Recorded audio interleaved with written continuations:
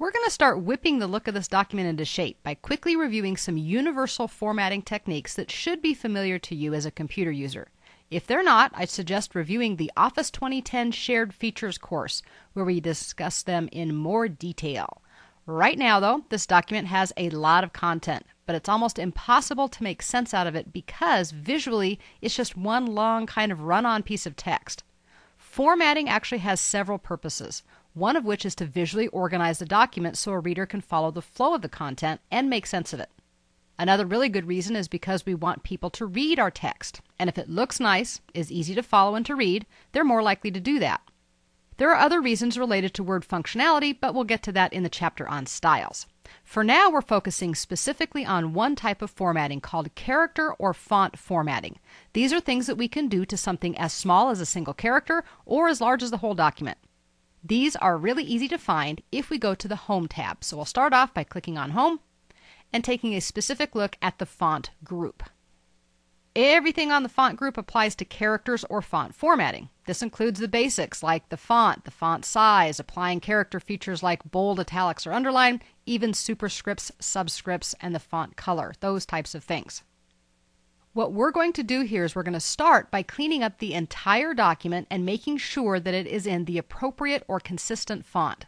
Let's do that by clicking anywhere in the document, doesn't matter where you click, and pressing the keyboard shortcut Control-A to select all.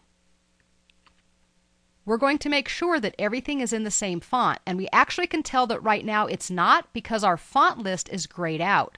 When we select text that has kind of a mixture of things, obviously Word can't show us exactly what it is because it's more than one thing. So this is kind of a visual indicator that right now we don't have consistent formatting. We're going to click on the drop down, and we're going to choose Calibri, that is our body font. Now this is really important. Notice at the top this is under the category of theme fonts. We have one for headings, one for body. We want to choose Calibri from here, not from the actual font list, because doing it from the font list would be hard coding it. By choosing Calibri here, it's really not Calibri. It says make it whatever the body font is for the theme that is selected. That means if we choose a different theme or a different font set for our theme, all of the text that uses this font will update.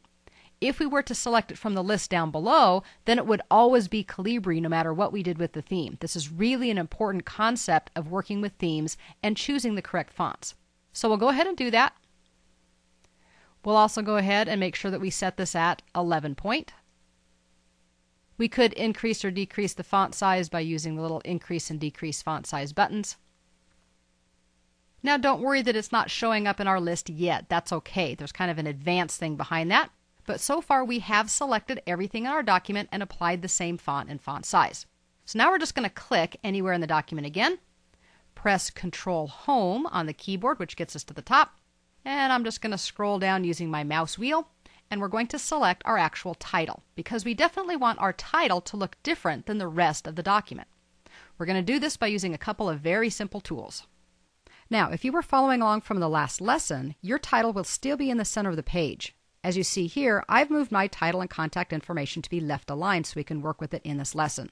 You can adjust yours as well if you would like.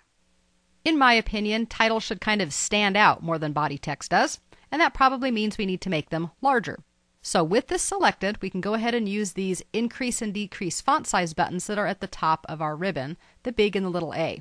Now the reason I use these is because sometimes we don't know how big it should be. So we're simply going to click until they look about right. And we're going to click 3 times so they become 16 point. Then we'll apply a couple of extra features, primarily B for bold and I for italics. Now these 3 buttons, bold, italics, and underline, are toggles. They're either on or off. And now you can see that we've clicked on them. They actually look like they're lit up, letting us know that those have been applied. If we were to click on them again, it would turn them off. So they are on or they are off respectively. So now these are starting to look a little bit more like titles, which is exactly what we want. A lot of times people want to change the case. In other words, they think that a title should be in all caps, for example. We have an option for that as well in the font group. By clicking on the drop down, we can change things to sentence case, where the first letter of the sentence is capitalized. We can change it to all lowercase, all uppercase. We can capitalize each word. Or if you accidentally pressed your caps lock and typed a whole bunch of text, you don't have to retype it. You can just say toggle case. Make everything that was uppercase lowercase and everything that was lowercase uppercase. We're not going to do any of those because we happen to have this exactly the way that we want, so we will just press Escape to get off of that little menu and get us back to our document. Some of the other options that we have available here, as I mentioned, is strike through, subscript, superscript. We can also add some special effects, which we'll get to in just a moment. Almost everything that we're going to use on a fairly regular basis is here. As a reminder, though, we do have the Dialog Box Launcher. Let's go ahead and give that a click because this shows us one of my favorite tools. We can change the font, the style, the size, all of these things that we've already seen on the ribbon, but there are a couple of check marks and options that are not available from the ribbon. Primarily, if we were going to underline our text, we could change the underline style from a solid line to only the words or a double underline, something like that, as well as the color of the underline. My favorite feature, though, is this checkbox that says small caps.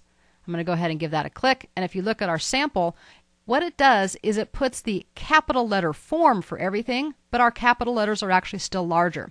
I don't like using all caps. To me, that looks very old-fashioned and not very professional, but small caps really makes things like titles pop. Now, I'm not going to click this one either, but I did want to mention that we have a button called Set as Default. So if I decided that this particular set of settings was exactly what I wanted for all of my text by default, I could click this button and it would update the normal template, and then all of the text that I would start typing using that template would come in this particular format. The primary reason people would do this is if they want to change from the defaults. For example, if your company requires that you type everything in Times New Roman 12 point, you could set it for those two settings, click Set as Default, and it would override the default that comes with Office. Then you don't have to change it every time you create a new document. With that done, we'll go ahead and say OK. And we're just going to select the first line, Strategy for Organizational Success, and let's go ahead and add a special effect using the button right on the ribbon. We'll click on this drop down here. We could go through any of the gallery of options that are already set up for us, but all we want to do is a shadow. So we'll pause over shadow, and we'll choose maybe a very simple one, an offset diagonal bottom right. That's going to give kind of just a little gray shadow to our title, making it pop a little bit more. One of the tools that's available with Office 2010 that we don't want to forget is the actual mini toolbar, especially if I'm not on the Home tab. We don't want to have to go back to Home just to apply something like bold or italics. With any text selected, we can right-click, and what we'll see is this little mini toolbar that allows us to change the basic tools that we also saw right in that font group. For example, I may decide I don't want this to be italics, so I'll click the I button and remove the italics without having to go all the way up to the ribbon. If we pause for just a moment, you'll see it kind of grays out, and if we press Escape, we can get rid of it. Of course, an even faster way to use that would be to use the keyboard, so some of our common or universal shortcuts like Control-B for bold or Control-I for italics would also work as well. Those are kind of the basic and common formatting tools that Word has available that we'll also find in other applications. They work similarly in all of the Office applications. They're also the most common formatting tools we'll use. Probably a majority of the time we'll be using some of these tools, the font, the size, bold, and italics.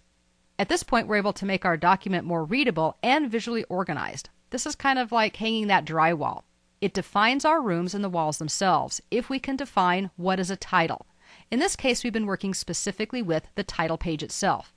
But normally we would want to come down and start adding titles in other places as well, including things like the executive summary, the table of contents that we saw at the very top of that second page, the business concept, and so forth. When we create drywall or put drywall up in a house, there certainly can be variations. There can be different textures and colors. But so far, this is basic stuff we expect to find in any document, like a house with one or more rooms that's made up of textured painted walls. That's what we're starting to create, which is going to make our document easier to navigate and easier to view.